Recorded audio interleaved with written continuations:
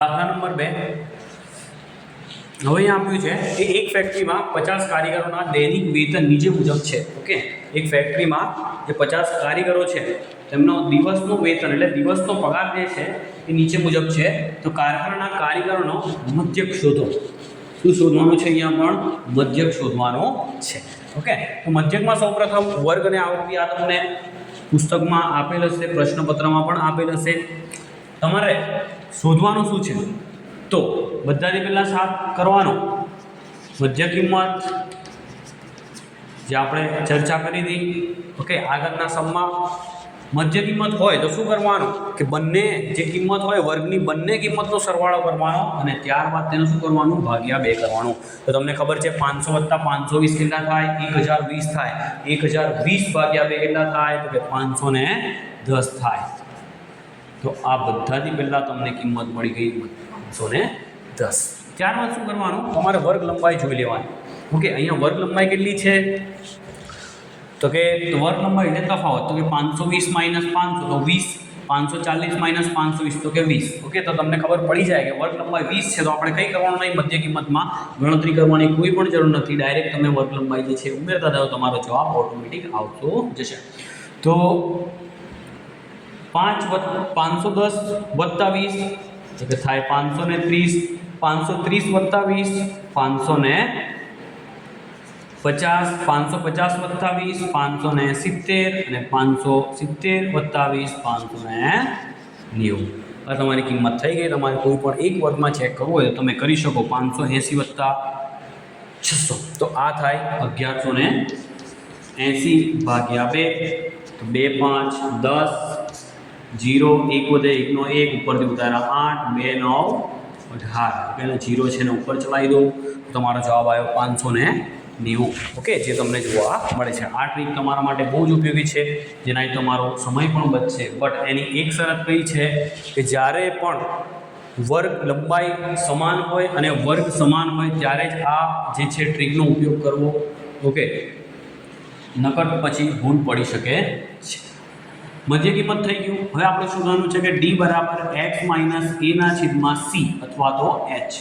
Okay, x - a તમને મેં trick શીખવાડી છે, જ્યાં a ની x ની કિંમત અહીંયા આપેલી છે. a બરાબર ધારેલ મધ્યક. ધારેલ મધ્યક એટલે કે તમે કોઈ પણ અહીંયાથી સંખ્યા જે છે એ તમારી મરજી પ્રમાણે ધારી શકો છો. ઓકે, બટ બેટર શું રહેશે કે તમે વચ્ચેની સંખ્યા ધારો. હવે વચ્ચેની સંખ્યા જ્યાં બી એ હોય ત્યાં શું લખવાનું? 0 અને ઉપર -1 -2, નીચે 1 અને 2. ઓકે, આ મેં તમને શીખવાડ્યું છે કઈ રીતે, બટ સમય બચે એ મુજબ તમારે આ ટ્રીકનો ઉપયોગ કરવાનો છે. હવે એ ધ્યાન આપજો કે ડી. ઓકે, હવે ડી પતી જાય ત્યારે એફડી આપણે શોધવાનું છે.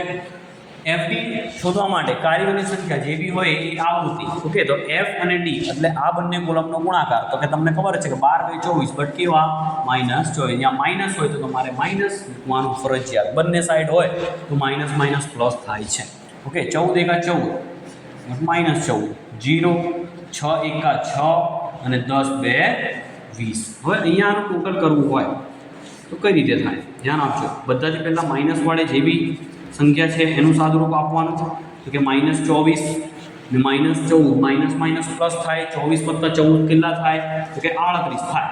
ઓકે, તો 38 બટ કેવા? માઇનસ. મોટી સંખ્યા 24 છે, 24 આગળ માઇનસ છે તો -38. સેમ નીચે 20 + 26 તો -38 + 26 તો પ્લસ માઇનસ માઇનસ તો 38 માંથી ઓકે 26 જાય તો કેટલા બચે? તો કે 12 બચે.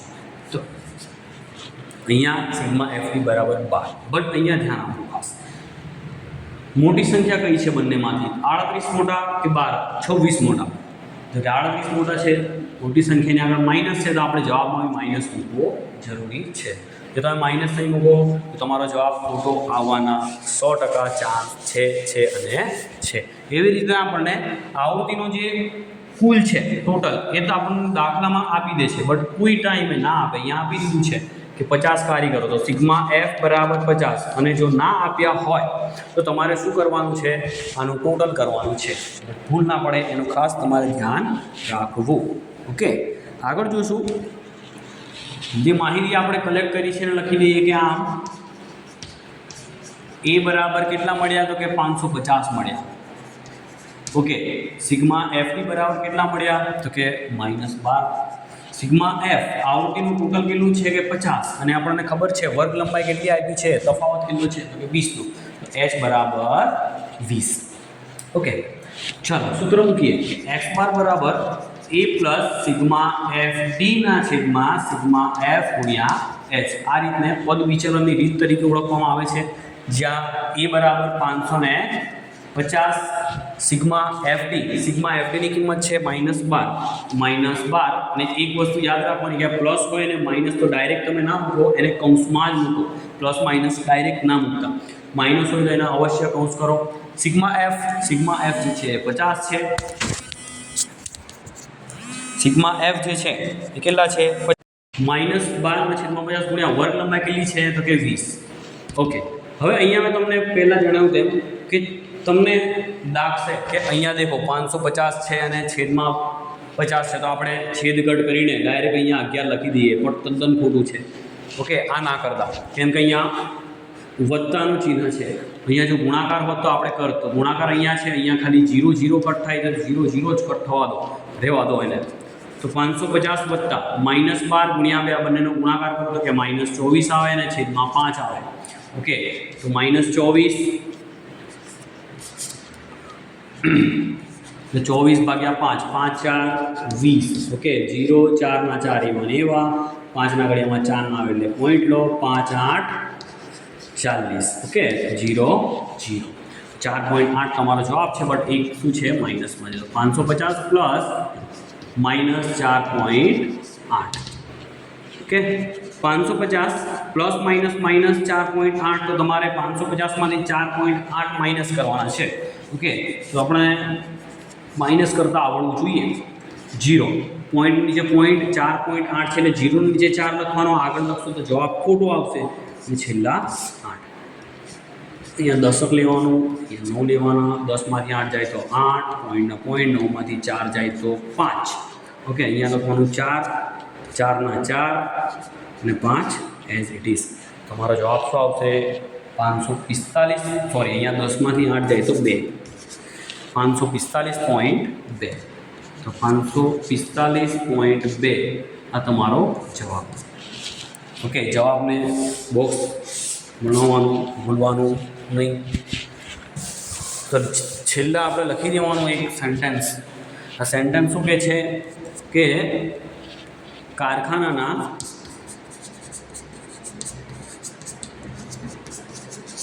કારીગરોનો મધ્યક કેટલો થશે તો કે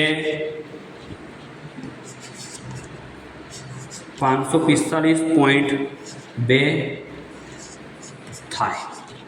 ઓકે, તો આ રીતે આપણે એક્ઝામમાં લખવાનું છે. અહીંયા આપણો દાખલો પૂરો થાય છે. આ દાખલો વિભાગ સીમાં પૂછાઈ શકે છે અથવા તો વિભાગ ડીમાં પણ પૂછાય. ઓકે, તો આ રીતે તમારે દાખલાને પૂર્ણ કરવાનો. ઓકે, મારી ચેનલને સબસ્ક્રાઈબ કરો, લાઈક કરો. Thank you.